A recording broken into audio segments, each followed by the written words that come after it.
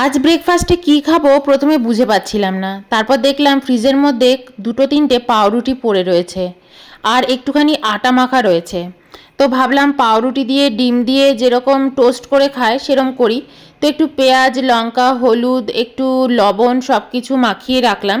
এর মধ্যে ডিম ফেটিয়ে নেব আর একটু দুধ দিয়ে একটা ব্যাটার করে পাউরুটি দিয়ে ভেজে ভেজে খাওয়া হবে। তো এটা হচ্ছে আজকের ব্রেকফাস্ট। আর এর সাথে আগের দিনের একটুখানি আটা মাখা রয়েছে, তো সেটা দিয়েও ভাবছি একটুখানি কয়েকটা লুচি করে নেব আর চা খাবো। এই আজকে সকালের খাওয়া দাওয়া।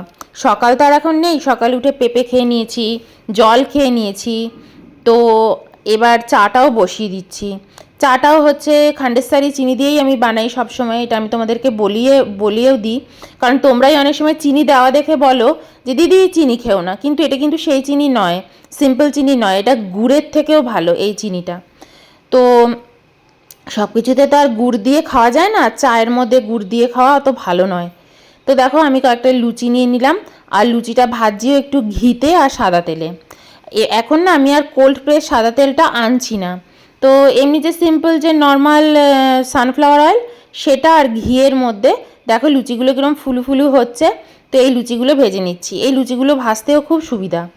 আর এদিকে আমি ইন্ডাকশানে পাউরুটিগুলোও ভেজে নিচ্ছি একসাথে, ওদিকে লুচি ভাজছি গ্যাসে আর এদিকে পাউরুটিগুলো, আর ভরভরকে লঙ্কা দিয়েছি। আর অয়নের জন্য যে কটা পাউরুটি ভাজবো তার মধ্যে অত লঙ্কা পড়বে না, কারণ প্রথমের দিকের পাউরুটিগুলো আমার নিজের জন্যই ভেজে নিচ্ছি। তো দেখো এখানে অনেক দিন বাদে পাউরুটি ভাজা হচ্ছে আজকে ঘরে, আজকে ডিম পাউরুটি খাওয়া হবে। এই হচ্ছে লুচি আর তার সাথে হচ্ছে পাউরুটি, আর সাথে রয়েছে গরমা গরম চা, দুধ চা। তো চলো খেতে বসা যাক ব্রেকফাস্ট। এখন বাজে 11:15। তো দেখো নিয়ে এসছি কালকের একটুখানি ময়দা মাখা ছিল, কালকের না তার আগের দিনের, আমি মানে মনেও ছিল না আমার, আমি এগুলো একদম প্রেফার করি না জানো, রাখিও না, কিন্তু কখনো কখনো না থেকে যায়। তো একটু ময়দা মাখা ছিল ফ্রিজের মধ্যে, দেখো লুচি করে নিয়ে এসেছি, ট্রায়াঙ্গেল লুচি। আর আজকে অনেক দিন বাদে সেই স্যান্ডউইচ খেয়েছিলাম, পাউরুটি পড়েছিল কয়েকটা, 4-5টা, তো ওই দিয়ে আজকে ডিম পাউরুটি। তোমরা আমাকে বলেছো দিদি তুমি মাঝে মাঝে একটু খেয়েও দেখিও, তো এখানে একটুখানি খাই আর তারপর সামনের ঘরে চলে যাবো, টিভি দেখবো আর খাবো। তুমি একটা খাওয়া এনো, দেখো তোমাকে একটা লঙ্কা ছাড়া দিই, এনা। আর এই হচ্ছে গরমা গরম চা, খুব গরম গো, দেখো কত লঙ্কা দিয়েছি ভরভরকে।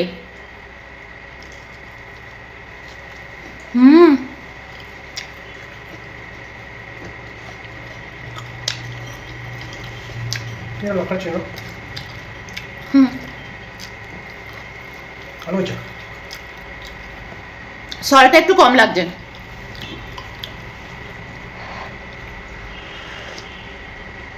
এবার ডিসেম্বর মাস এসে যাচ্ছে, আমার না শুধু মাথার মধ্যে কেক আর কফি, আমি ডিসেম্বর মাসটাই শুধু কফি খাই খুব বেশি, আর ওই কারণে আমি কফি কিনে এনেও রাখি জানো তো। আর আমার মাথার মধ্যে চলছে সোমবারই তো 1 তারিখ,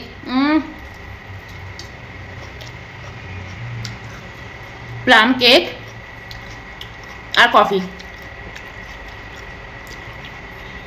এখন আপাতত এটা খাই। সকালবেলা না এরকম খেতে খুব ভালো লাগে, আগে মাও মাঝে মাঝে সকালবেলা এরকম করে দিত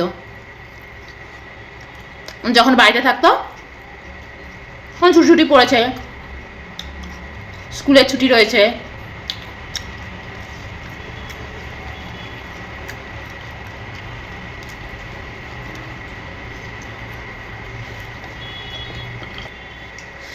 ছোটবেলা থেকে এটা হচ্ছে আমার ফেভারিট একদম খাবার, এই পাউরুটি আর ডিম। আমি মাকে বলতাম মা স্কুলেও দিয়ে দাও, নিয়ে যাই, কখনো দিত না, বলতো বিদ্যার সাথে ডিম কখনো হবে না, তোর জন্য নিয়েও যাওয়া হতো না স্কুলে, কিন্তু মায়ের ছুটি থাকলে বাড়িতে করে দিতই দিত। আর বিয়ের আগেও কিন্তু আমাদের বাড়িতে শনিবার নিরামিষ আর সোমবার নিরামিষ।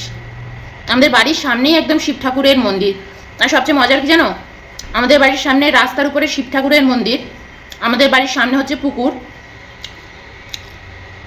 পুকুরের উল্টো দিকে যে আমি মামা দাদু মামদিদা বলি, অ্যাকচুয়ালি পুকুরটা হচ্ছে মামা দাদুদেরই। হঠাৎ করে না একদিন পুকুরের সামনে আমাদের বাড়ির পাশে বেলগাছ, নিজে নিজে বেলগাছ উঠেছিল জানো, মানে শিব ঠাকুরের মন্দির, পুকুর, আর পুকুরের এদিকেই হচ্ছে বেলগাছ।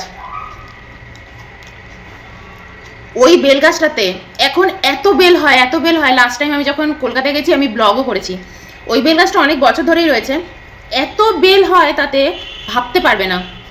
কিন্তু ওই বেল গাছটা কিন্তু নিজে নিজে হয়েছে, জানো, কেউ বেলের বীজ ফেলেনি, কিচ্ছু না। কি করে হলো কে জানে। অনেকে বলে যে পাখিতে এসে নাকি মুখের থেকে কিছু ফেলেছিল, সেখান থেকে হয়েছে। কিন্তু এত অদ্ভুত, শিব ঠাকুরের মন্দির, পুকুর, এদিকে বেল গাছ।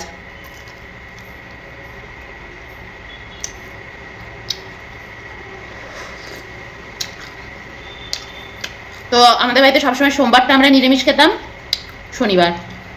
তো চলো ব্রেকফাস্ট করে নিই।